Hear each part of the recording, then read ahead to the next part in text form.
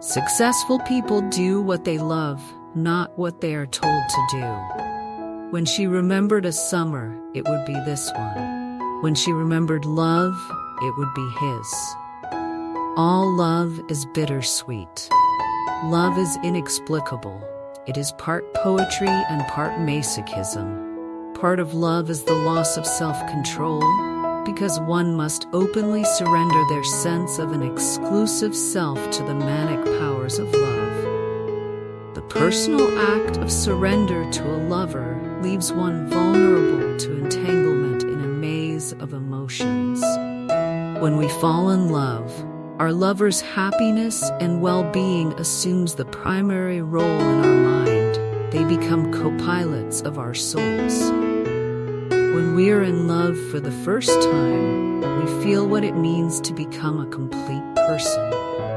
We identify who we are by seeing our reflection in our lover's eye, and we sense what we might become when infused with love. When our lover leaves us, we feel vexed and vacant because we recognize that they took up such a large part of what made us feel intoxicated with life.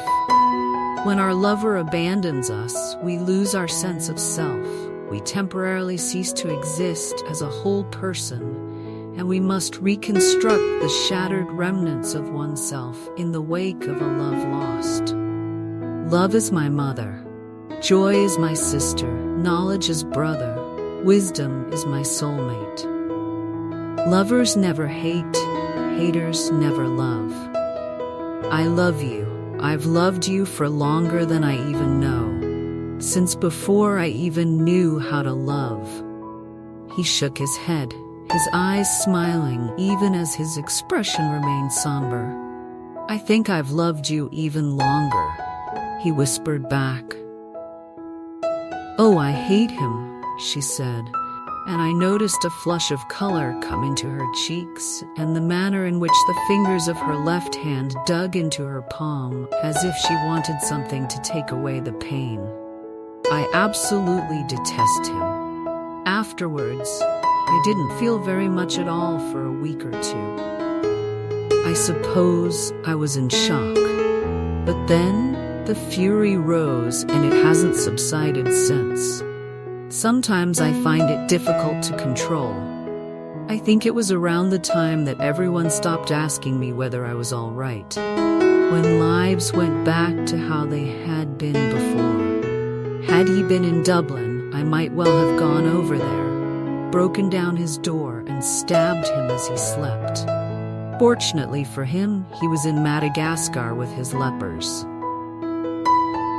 I loved one, not many. Many loved it, not one. I've wondered, of course I have, and I love Bayat more than anything, more than myself, more than the life I had before Raxter. But I know the warmth in my heart when I look at her, how it burns smooth and even without a spark. She's caught between hell and heaven, a cold heart and the fire in her soul. Smile of an angel, mind of the devil.